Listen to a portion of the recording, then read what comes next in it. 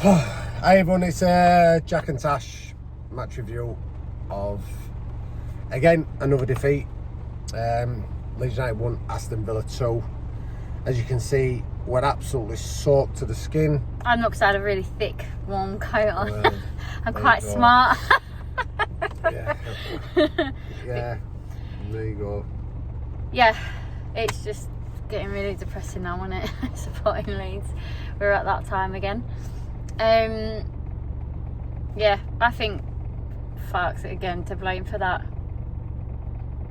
I mean, why would you take off your best player, best two players really? You know, you brought Tanaka on. He just changed the game straight away. I know it was early on, but he changed the game as soon as he came on. He fired everyone up just by like coming on, you know, running at them, pressing early on,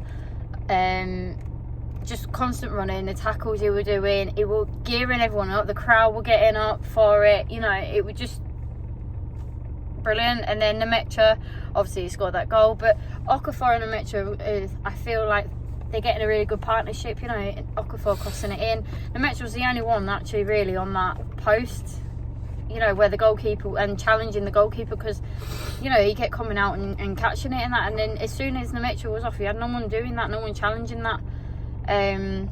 So yeah, and obviously crowd got annoyed, as it second half, because of the subs that, well, he didn't make any subs. You know, it says a lot when you've got like a stand chanting, make a sub, and then he did the wrong subs. Yeah. Well, Do you want me to talk, or are you just going to keep going? Just keep, you had your rant last time. No, keep going. No, you go ahead. No, I'm just going to, a couple of things I'm going to say here now.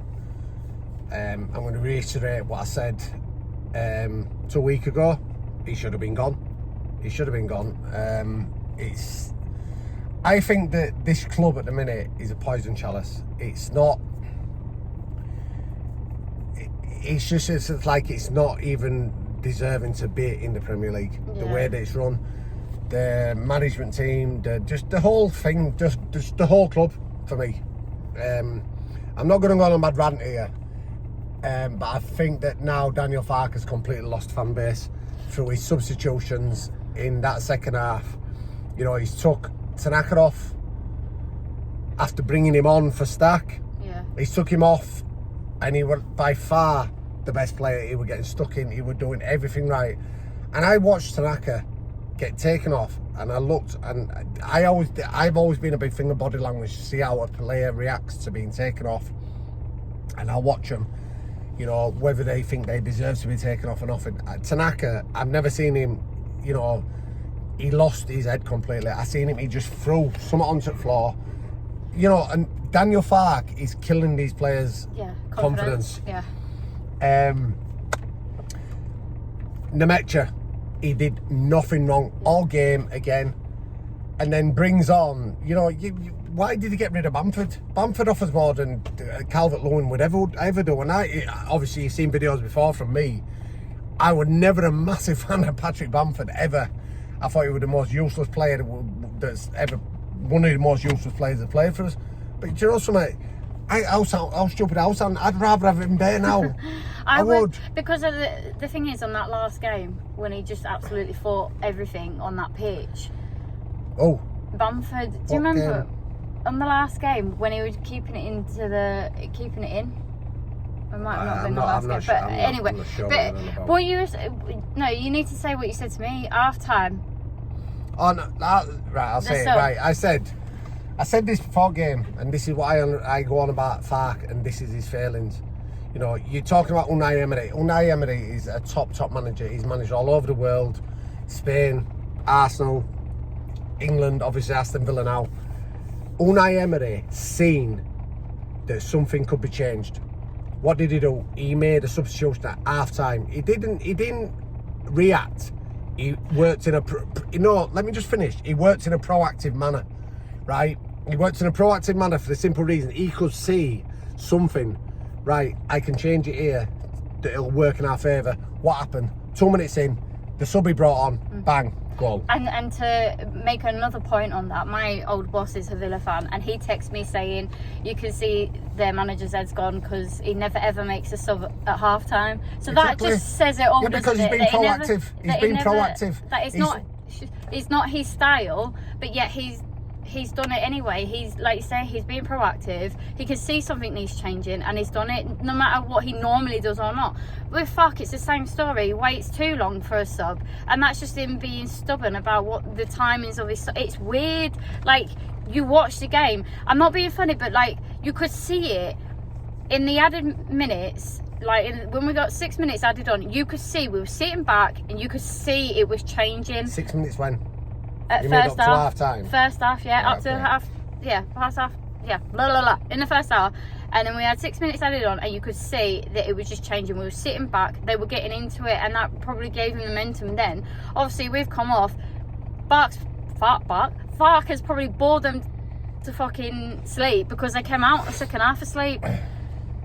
What did he say to him at half time? It just, like I say, he could have made that change. You said, why didn't he bring Dan James on, because that left back of theirs was shit, and he could absolutely run him. Well, Digne, he's played for Barcelona. He's a top player, but I could see it myself. He could have been exploited. The centre half, that Pau, he could have been exploited. But you know, Nemecha had the dealings with that Pau in the first half. But I just cannot get my head around I just don't understand what Calvert-Lewin is bringing to the team. And you know, I think we're all seeing it now. Listen, they're doomed. They're doomed. I don't care. I've just said I think Leeds United's a poison chalice. I think it's just a team that is never ever gonna ever establish itself in the Premier League. And I know we're being really negative here, but you know, we've got two eyes. We can see. We've got Liverpool, Chelsea. We've got Man City next week, which is that's the difference of trying to keep the goal difference down. Then we've got Chelsea, and then we've got Liverpool. Then we've got Brentford away. Then we've got Palace at home. As I said in my last video, he should have been gone 2 weeks ago, but he should be gone tonight. And just look, you know, I hate this term, free hit, but we're not expected to get a point at next 3 games. But it now needs someone to bring a fresh impetus into this whole squad, this whole team. You know, I think he's killing decent players off, like Tanaka. And I felt so sorry for him today because he did nothing wrong. This is what I'm so confused about, right? You had Tanaka and Dan James that have been our best players last season, right? Fair enough, Dan James have had a few injuries, but why has he not played Tanaka? And then, you know, you had Rodon and Ampadu that were an amazing partnership, you know, in the centre half, yeah. And then you had Tanaka just in front of him. That was us, like, solid play last year. Like, that was just, you never ever change that. We should have built on from around that. You build on your team, you don't just completely change it. And he has, and yeah, he needs to go. He has to frustrating. Go. He has to go. I'm sorry, but it's not just him though. It's 49. It's like, I would rather have just put a load of money on 1 or 2 really, really decent players that are game-changing players, right? You know, we failed with getting Solomon, so you know, you should have gone for. You should have gone. I'm saying what we had. I'm saying what we had. Yeah, but I'm saying what we had. We had Solomon, right? Right. We couldn't get he's him. A game changer? We couldn't. I didn't say he was a game changer. You've just started going on about. I didn't. That we should have spent this money. If you let me finish my sentence, I said we didn't manage to get Solomon, right? So we should have gone for a really decent winger and a really decent striker, but instead we've just spent money on a load of mediocre players instead, right? That is what I was trying to say. I'm saying that we had Solomon, but for me, it doesn't. I know you're saying it, sack Farke, whatever, yeah, but I just don't trust. I don't trust 49ers. I do not trust 49ers to get anyone decent in. I think we'll just get someone probably worse. I don't trust the 49ers to get someone decent in. I mean, you've seen all our signings, that obviously Farke had a play in that as well. They're all to blame, and I just think, I don't know, I feel really doom and gloom at the minute, but I will say one positive actually, that, you know, first half was really good. We looked way more attacking, and we looked like we were trying something different. I mean, even Chris Kelly, you put in the group chat, in the All Leeds TV group chat, why don't you put Okafor in the middle, you know, and create something, and then have your fast wingers like Dan James and that, you know, or Nunto, whatever, but just change something. I don't know. It's just it's not working. It's not working. Obviously, I don't think there's much more you can say, is there? I think we're all. I think we can all see where this is going to end, you know, and I think it is what it is, you know. Now, you know, the players, whether they're good enough or not, I don't know. Me personally, I don't think that at least 9 of them are. I'm going to talk about that keeper. He's another one. What a waste of time. Is it like we've got to play him because he's paid 15-20 million for him? I'd rather have Darlow in there.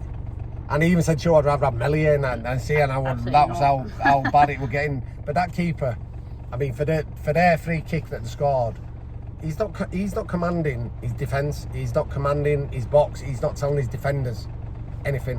So we give a free kick away, and he were very, very, very poor at any attempt to try and save that free kick, because he didn't even hit it with power. He just literally just placed it.